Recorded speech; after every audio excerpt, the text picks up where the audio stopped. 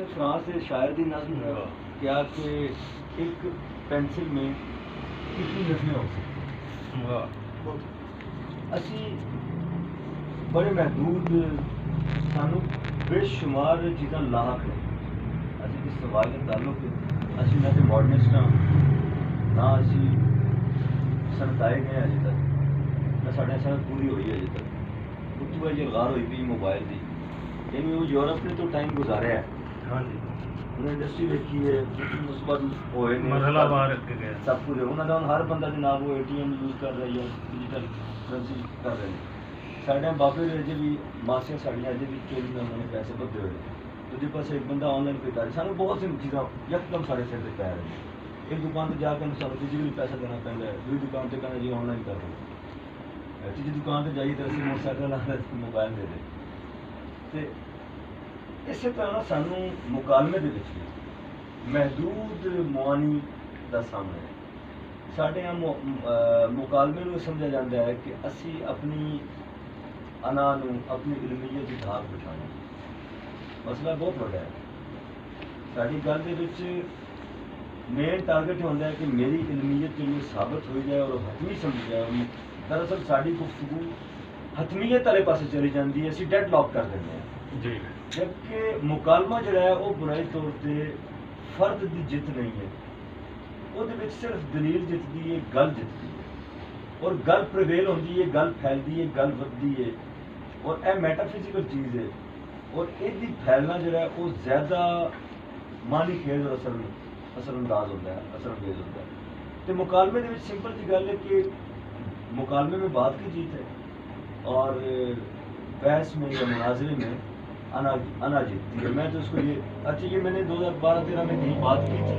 تو یہ مکالمہ سائٹ اس وقت نہیں بنی تھی انہوں نے اس جملے کو اٹھا کر اپنی سائٹ پہ لگایا تھا بحث نہیں مکالمہ تو یہ انہوں نے اس وقت لگایا تھا تو یہ تو میرا نظریہ ہے جو میں نے اب تک کشید کیا اور ہو سکتا ہے کہ یہ غلط ہو تو میں یہ حتمی بات یہ بھی نہیں ہے اس سے آگے کی بات کنفرم ہوگی آگے کی بات ہوگی کہ آنے والا جو آدمی ہے مجھ سے باہر بات جو آنے والا آدمی ہے اس کا ڈی این اے زیادہ پیچیدہ ہے قاسمی صاحب کو ویسے تو ہم جب اس طرح کی باتیں بھی حلقوں میں کرتے تھے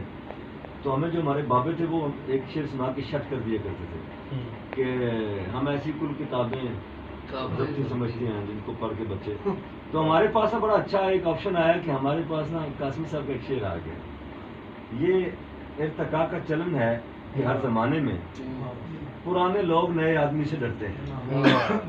تو جب ہمارے پاس یہ شعر آ گئے تو پھر ہم نے یہ شعر بابوں کو سنانا شروع کر دیا مطلب یہ سمجھتے ہیں اگلی نسل جو ہے وہ لازمی بات ہے مجھے اور یہ ہوا بھی ایسا ہے کہ ہر 800-900 سال کے بعد ایک نسل نے پچھلی نسلوں کو رد کیا ہے عقلی حوالے سے فکری حوالے سے شعوری حوالے سے یہ کوئی 200-400 سال 500-700 سال کو بڑا عرصہ نہیں ہے انسانی تاریخ میں تو ہم لوگ رد کرتے ہیں ہم بھی کبھی نہ کبھی رد کیے جائیں گے اور ہم سے آگے آنے والی نسل جو ہے وہ ہمیں کرے گی رد اس کے اوپر اچھا آپ نے ابھی ایک بات کی تھی کہ ہمارے پاس موضوعات کی کمی ہے جی ہم 5ویں-6ٹھے جملے میں مذہب کی طرف آ جاتے ہیں چاہے وہ سماجی ہو چاہے ادبی ہو اس کی وجہ کیا ہے ایسا ہوتا کیوں ہے کہ ہم موضوعات کی کمی کا شکار کیوں ہیں اور مذہب کی طرف ہی کیوں فوراً بھاگ تو جاتے ہیں یہ مجبوری یہ ہے کہ یہی بات میری ساتھ ثابت ہوئی ہے کہ اگلے ہی مکالمے میں بات مذہبائی جائے گی ہاں جی معذرت کے ساتھ کیا ہم مذہب کی آڑ یا پناہ لیتے ہیں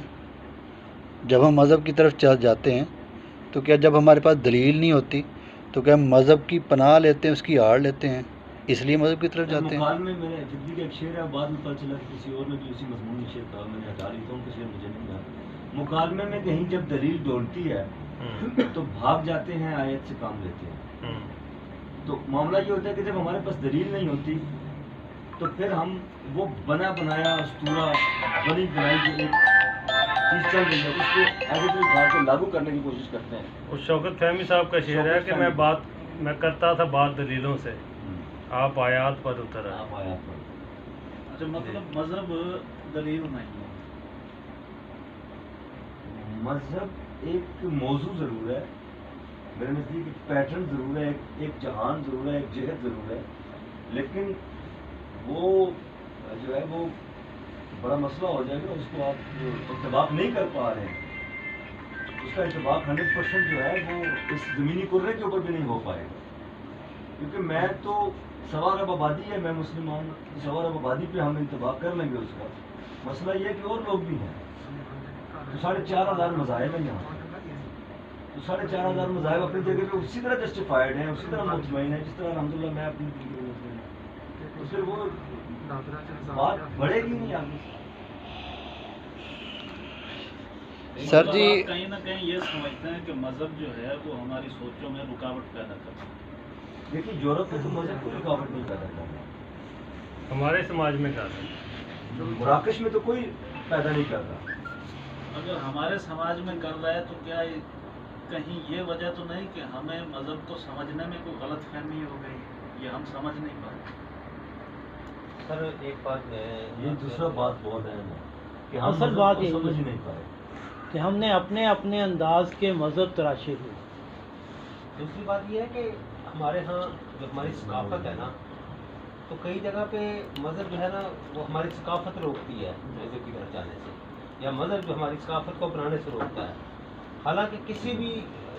سر بھائی آپ ہی نے شاید ایک دفعہ بات کی تھی کہ جو ثقافت کا تعلق ہے، اگر ہمارے ثقافت کو دیکھیں تو عرب کا ایک بوڑھا اپنے دوست کی بیٹی سے رشتہ دوست کی بیٹی کا رشتہ مانگ سکتا ہے، مگر ہماری ثقافت میں یہ چیز نہیں ہے۔ اگر ہم کہیں گے تو کہیں گے اس کو شرم نہیں آتی ہے، اس کی بیٹی کے برابر ہے، اور ادھر کوئی ممانعت نہیں ہے۔ ادھر دوست جو ہے نا وہ کسی بھی مثلا کوئی بھی شرعی طور پہ کسی کا بھی اگر کوئی کسی کی ماں بیوہ ہو گئی تو اس کا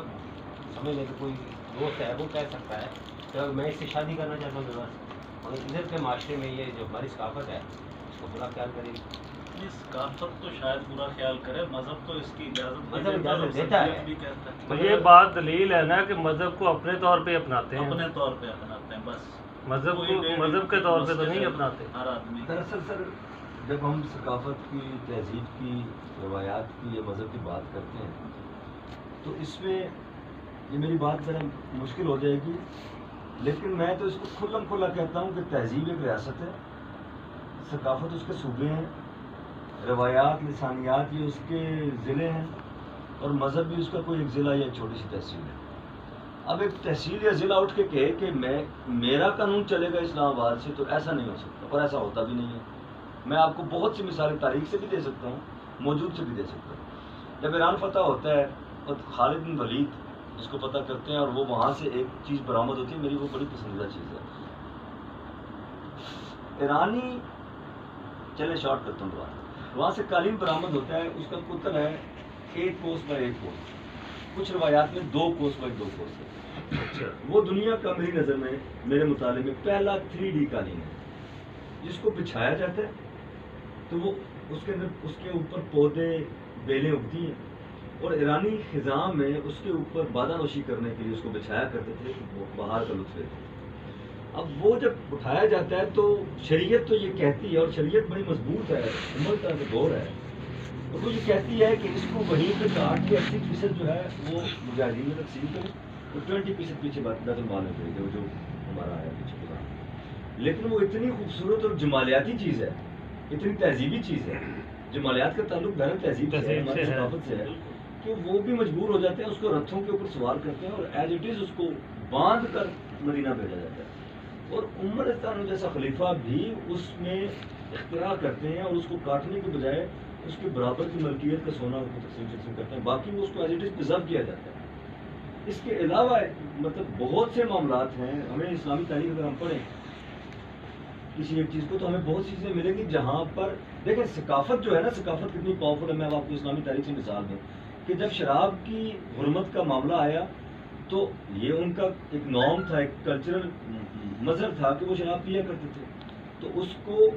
تو مذہب نے زور لگا کر اس کو کنڈیم کروا دیا، لیکن اسی کے پہلے ایک اور چیز تھی